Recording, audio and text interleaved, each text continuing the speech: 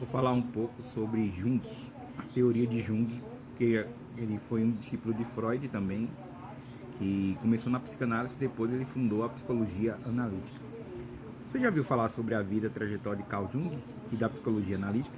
Se esses nomes são novos para você, continue lendo. É importante que você conheça a teoria junguiana caso você seja uma pessoa interessada em psicologia e psicanálise. Isso porque ele foi um estudioso que contribuiu muito para os conhecimentos atuais da mente humana. Quer saber mais? Então, vamos continuar falando sobre Carl Gustav Jung. Um criador da psicologia analítica, nasceu na Suíça, na cidade de Kreuz. Em 1865, a família de Jung era muito religiosa. Seu pai, inclusive, era um reverendo da igreja luterana. Com relação à sua formação, ele estudou medicina e também estagiou na clínica psiquiátrica do Zoldeger, localizada em Zurique. Uma das razões pelas quais Jung é muito conhecido foi por ele ter desenvolvido a tese de associação de palavras para realizar diagnósticos psiquiátricos. É importante destacar que o médico suíço foi fortemente influenciado pelas ideias de Freud. Ele concordava com as ideias do austríaco de recalque e repressão, por exemplo. Os estudiosos trocaram muitas correspondências e inclusive se conheceram. No entanto, nunca chegaram a trabalhar juntos. Entre eles também havia discordâncias, quais nós apresentaremos posteriormente. O estudioso da teoria junguiana morreu em 1961, aos 86 anos, em Zurique. Os principais aspectos da teoria junguiana: a primeira coisa que você precisa saber sobre a psicologia analítica da teoria junguiana é que o indivíduo é analisado a partir dos conteúdos do seu consciente e do seu inconsciente. Além disso, uma pessoa é sempre considerada dentro de seu contexto coletivo. Outra ideia de Carl Jung é relacionada à divisão da psique. Para um médico, ela é constituída pelo ego, pelo inconsciente pessoal e pelo inconsciente coletivo.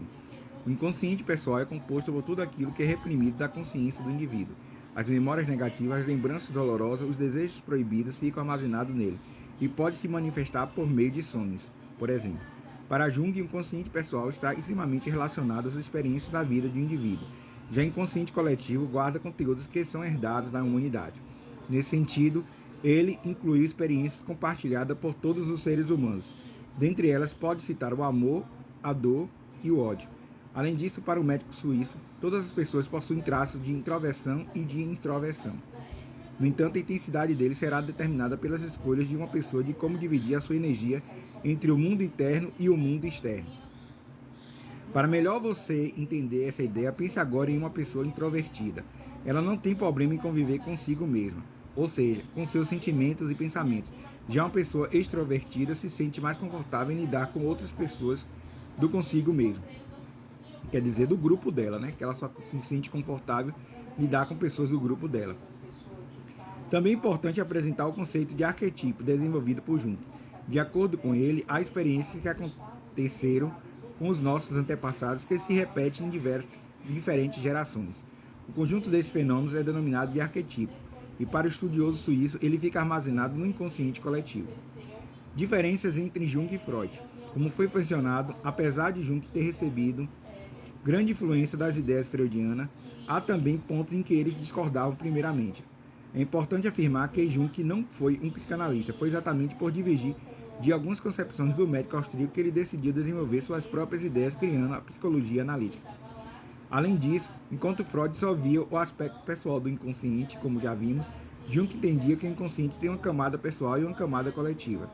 E essa camada coletiva, de acordo com o médico suíço, seria composta pelos arquetipos. Outra discordância existente entre os dois é referente à interpretação dos sonhos. De acordo com Freud, o sonho corresponde à concretização de um desejo que está reprimido. Já para Jung, ele é um esforço de autorregulação da psique. A terapia junguiana. Agora que você já conhece quem foi Carl Jung, também já sabe as suas principais ideias de divergência com relação a Freud, vamos te apresentar como funciona a terapia junguiana. O objetivo desse tipo de tratamento é fazer com que a pessoa resgate a sua essência. Assim, ele é realizado por meio de diálogo entre o terapeuta e o paciente. A partir da conversa entre os dois, o psicólogo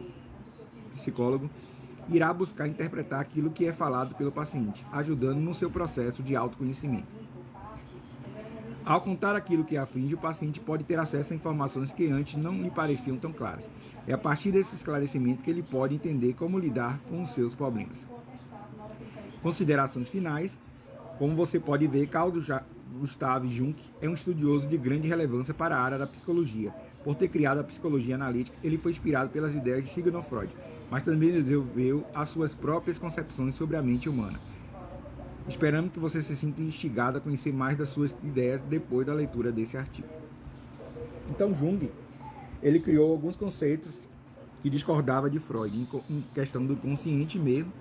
Ele achava que o inconsciente tinha um consciente pessoal, né, que é o pessoal mesmo da pessoa, e o coletivo, que é trazido de gerações antepassadas e do ambiente que ele vive.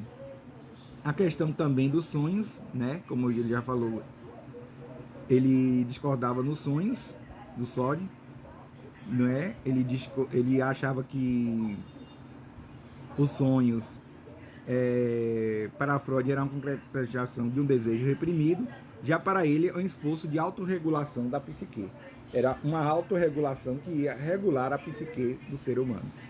Então esse é Carl Gustav Jung, ou conhecido como Jung, que trabalhou junto com Freud, mas divergiu em alguns aspectos em relação à teoria de Freud, e aí criou a psicologia analítica.